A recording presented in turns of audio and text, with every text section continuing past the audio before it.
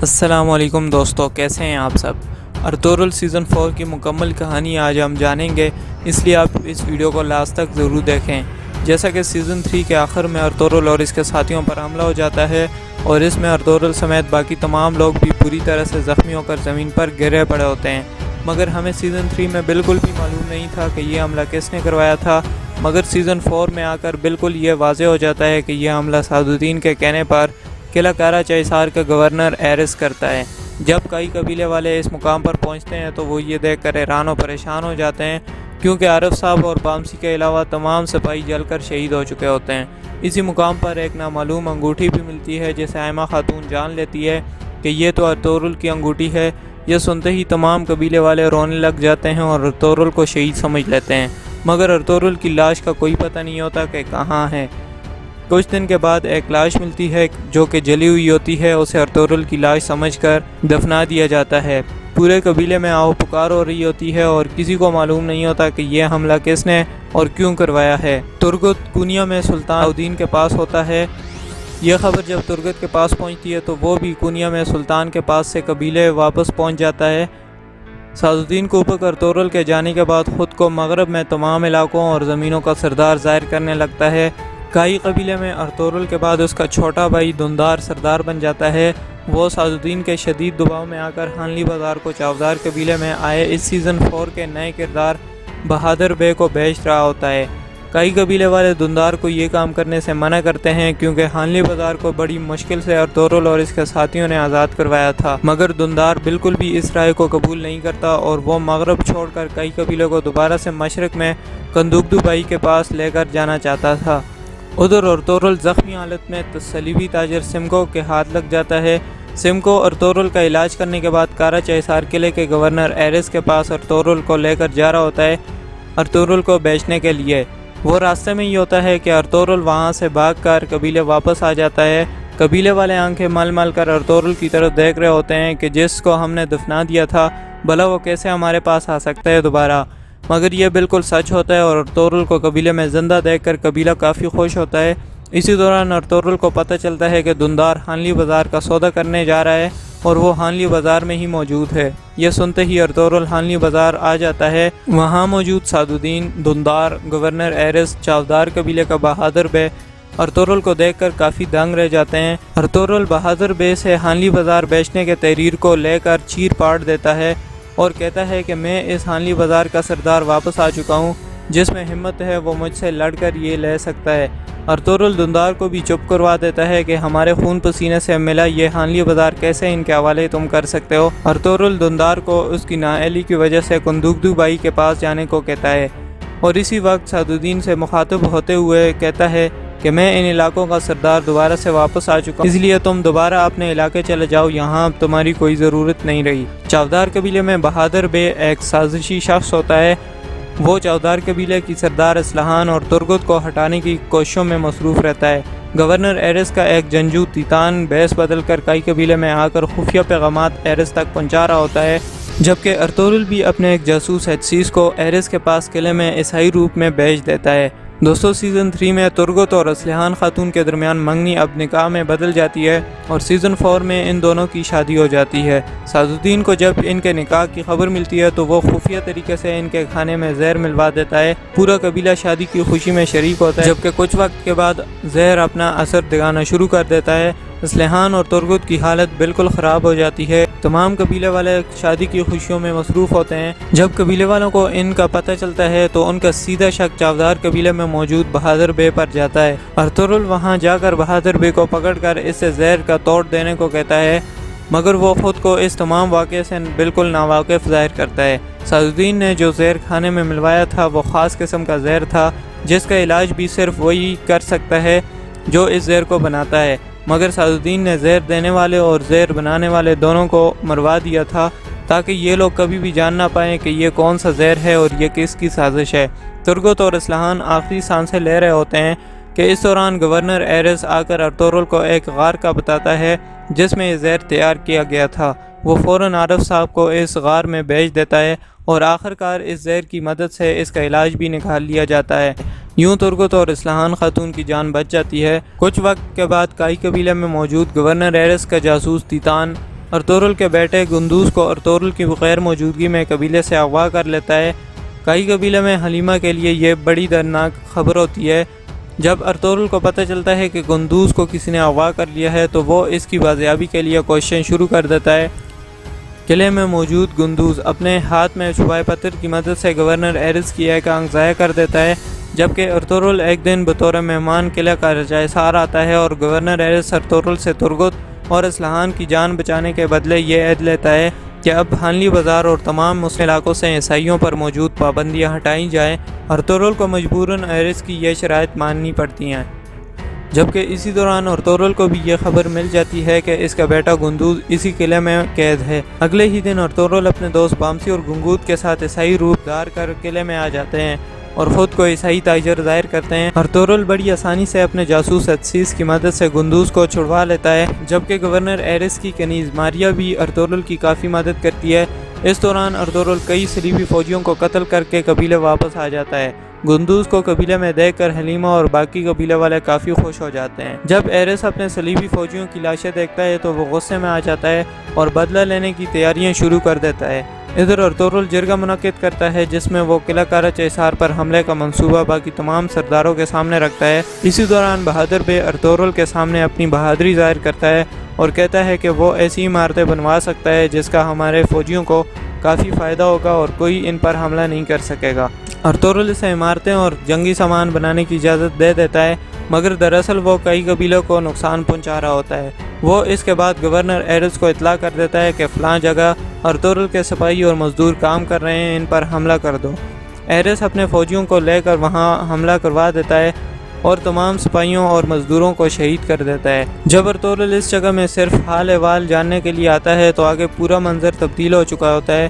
ایک بھی سپاہی زندہ نہیں ہوتا اور تمام لکڑیاں جلی پڑی ہوتی ہیں، جبکہ چاودار قبیلے میں بہادر بے خود کو زبردستی چاودار کا سردار بنا دیتا ہے۔ اس سلسلے میں وہ اصلاحان اور ترگت دونوں کو قید کر دیتا ہے، جبکہ ان کے حامیوں کو مار دیتا ہے۔ ارطغرل کو جب اس بات کا علم ہوتا ہے تو وہ چاودار قبیلے آ کر بہادر بے اور اس کے بیٹے کو قتل کر دیتا ہے، جبکہ ترگت اور اصلاحان کو قید سے آزاد کر کے دوبارہ سے قبیلہ ان کے حوالے کر دیتا ہے۔ اب جنگ کی تیاریاں کائی قبیلہ اور قلعہ کارا چیسار دونوں میں شروع ہو جاتی ہیں۔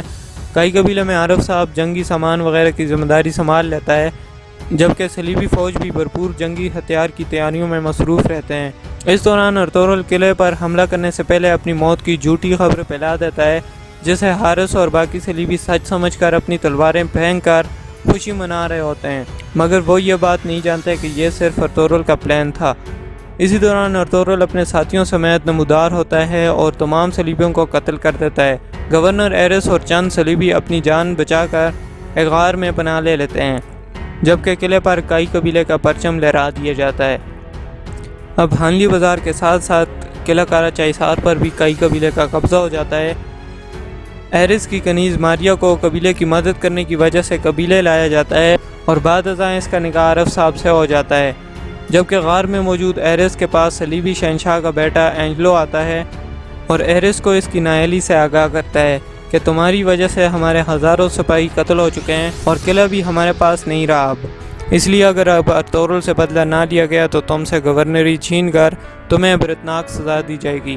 ایک موقع پر ایرس ارطغرل پر حملہ تو کر دیتا ہے مگر قید ہو جاتا ہے۔ ارطغرل ایرس سے کہتا ہے کہ تم نے سعادتین کے بارے میں سلطان کو سب سچ بتا دیا تو میں تمہیں معاف کر دوں گا۔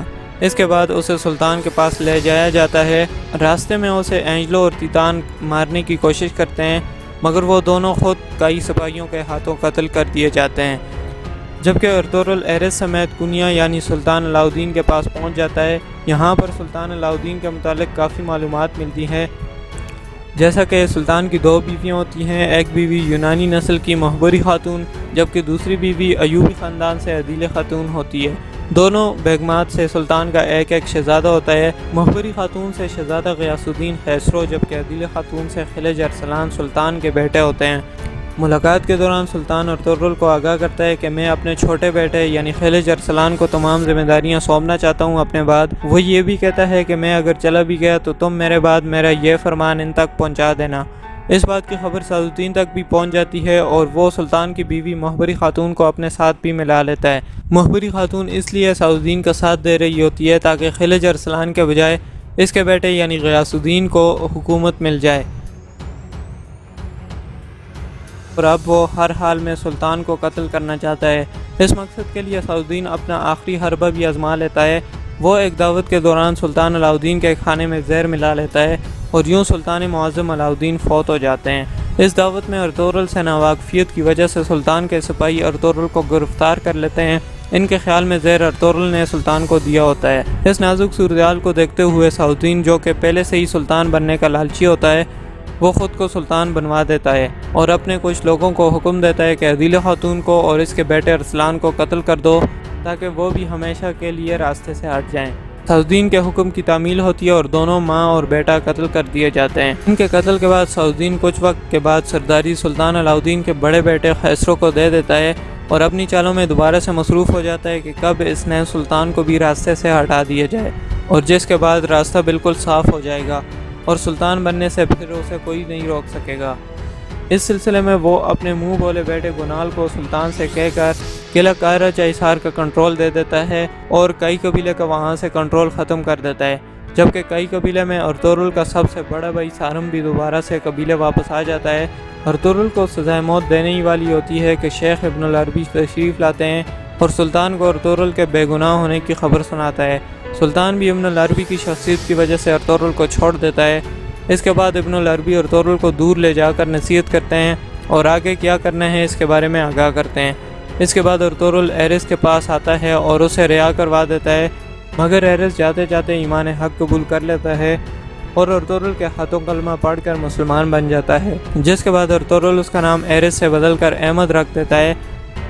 قلعہ میں گنال صلاح الدین کے حکم پر سارم، ترگت، بامسی اور عارف صاحب کو سزائے موت دے رہا ہوتا ہے۔ ارطغرل عین موقع پر آ کر ان سب کی جان بچا لیتا ہے اور وہاں لڑائی شروع ہو جاتی ہے۔ لڑائی کے بعد ارطغرل گنال سے ملاقاتوں میں اسے دعوت حق کی طرف بلاتا رہتا ہے، کیونکہ ارطغرل کو معلوم تھا کہ گنال ایک نیک انسان ہے، مگر صلاح الدین کی باتوں میں آ کر راستے سے بھٹک گیا ہے۔ ادھر صلاح الدین کی حرکات اور غلط فیصلوں سے تنگ آ کر ارسلان خاتون صلاح الدین کے پاس اسے قتل کرنے پہنچ جاتی ہے، مگر صلاح الدین اس پر جوابی وار کر کے اسے شہید کر دیتا ہے اور یوں ترکت کی دوسری محبت اور بیوی ارسلان دنیا سے رخصت ہو جاتی ہے۔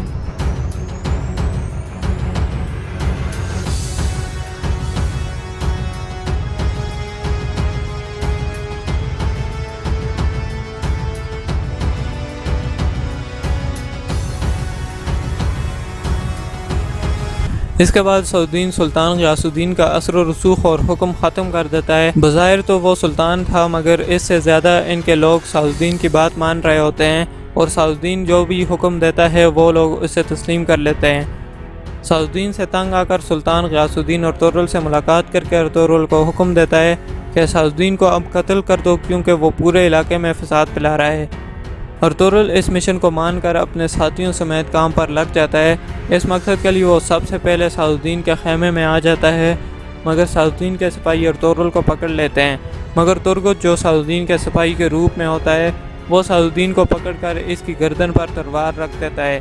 یوں صلاح الدین کے بدلے ارطغرل کی واپسی ہو جاتی ہے، مگر صلاح الدین ارطغرل اور اس کے ساتھیوں کا پیچھا کرتا ہے اور راستے میں لڑائی کے بعد بالآخر ارطغرل کے ہاتھ صلاح الدین لگ جاتا ہے اور ارطغرل بنا کچھ سوچے سلطان کے دیے گئے مشن کے مطابق صلاح الدین کا سر تن سے جدا کر دیتا ہے۔ وہ صلاح الدین جس نے کئی بڑے بڑے مسلمانوں کو شہید کیا، جن میں کئی ترک سردار سلطان علاء الدین، سلجوقی شہزادہ خلج ارسلان اور ارسلان خاتون جیسے لوگ شامل ہیں، اب وہ صلاح الدین زمین پر بنا سر کے پڑا ہوتا ہے۔ سلطان ارطغرل سے کافی خوش ہوتا ہے کیونکہ ارطغرل نے اس کی راہ سے سب سے بڑے غدار کو ہٹا دیا تھا۔ ارطغرل اس کے بعد قبیلے واپس آ جاتا ہے۔ وہ گنال کو قلعے کا گورنر ہی رہنے دیتا ہے، کیونکہ گنال بھی اب صلاح الدین کے بعد ارطغرل پر ہی بھروسے کرنے لگتا ہے۔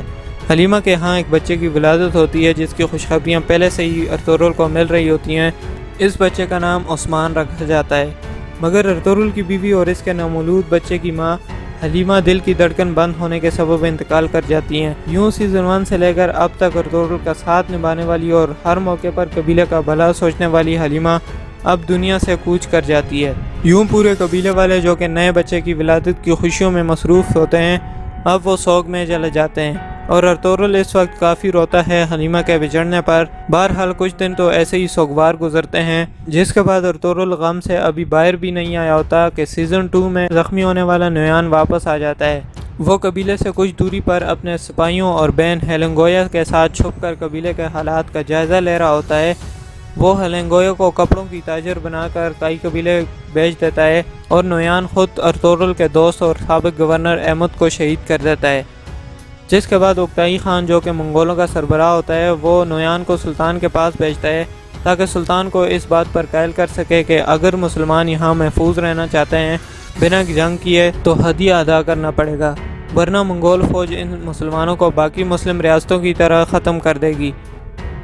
ہدیہ بہت زیادہ ہوتا ہے مگر اس کے سوا سلطان کو کوئی راستہ بھی نظر نہیں آتا، اس لیے وہ یہ شرائط مان لیتا ہے اور ارطغرل کو اپنا ایلچی بنا کر نویان کے ساتھ اوکتائی خان کے پاس بھیجتا ہے۔ راستے میں کافی لڑائیاں کرنے کے باوجود بھی وہ ایک دوسرے کی جان بچا رہے ہوتے ہیں کیونکہ معاہدے کے پاس بھی رکھنا تھا۔ بہرحال وہ اوکتائی خان تک پہنچ جاتے ہیں اور ارطغرل اوکتائی خان کو شرائط سے آگاہ کر دیتا ہے اور نہایت عقل مندی سے اوکتائی خان سے وفاداری کا ہاتھ ملا لیتا ہے۔ اس کے بعد ارطغرل ترگت، بامسی اور عبد الرحمن کو سلجوق سلطنت کے بارڈر پر بھیج دیتا ہے، مگر اگلے ہی روز خبر آتی ہے کہ منگولوں کا سربراہ اوکتائی خان مارا جا چکا ہے۔ اس کا سیدھا شک نویان کو ارطغرل پر ہوتا ہے اور وہ ارطغرل کو ڈھونڈنے اپنے سپاہیوں کو چاروں طرف پھیلا دیتا ہے، مگر ارطغرل پہلے ہی وہاں سے نکل چکا ہوتا ہے۔ ارطغرل جب قبیلے میں آئمہ خانم کے پاس آتا ہے تو ہیلنگویا آئمہ خانم پر حملہ کرنے ہی والی ہوتی ہے کہ آئمہ خانم کے ہاتھوں ہی قتل ہو جاتی ہیں۔ نویان تک جب بہن کی موت کی خبر پہنچتی ہے تو وہ پہلے سے ہی غصے میں ہوتا ہے اور اب وہ سر پکڑ کر بیٹھ جاتا ہے اور اب ارطغرل سے بدلہ لینے کا وعدہ کرتا ہے اور سلجوق سلطنت کو ختم کرنے کی قسم کھاتا ہے۔ ادھر ارطغرل کے پاس شہنشاہ کا بیٹا ایلچی بن کر آتا ہے اور ارطغرل سے کہتا ہے کہ اگرچہ ہم کئی سالوں سے ایک دوسرے کے خلاف لڑتے آ رہے ہیں مگر اب منگول شدید غصے میں ہیں اور وہ کسی بھی وقت ان تمام علاقوں پر قبضہ کرنے آ سکتے ہیں، اس لیے ہمارا اتحاد میں رہنا نہایت ضروری ہے۔ ارطغرل اس سے اتحاد کر لیتا ہے۔ اس کے بعد ارطغرل سوگوت کی طرف ہجرت کرنے کا فیصلہ کرتا ہے اور آخر میں وہ ابن العربی سے مل کر تمام صورتحال سے آگاہ کرتا ہے اور ہجرت شروع کر دیتا ہے۔ دوستو یہاں پر سیزن 4 اینڈ ہوتا ہے۔ اگر آپ کو ہماری یہ ویڈیو اچھی لگی ہو تو اس ویڈیو کو لائک کر کے دوستوں کے ساتھ ضرور شیئر کریں۔ ملتے ہیں نیکسٹ ویڈیو میں۔ اللہ حافظ۔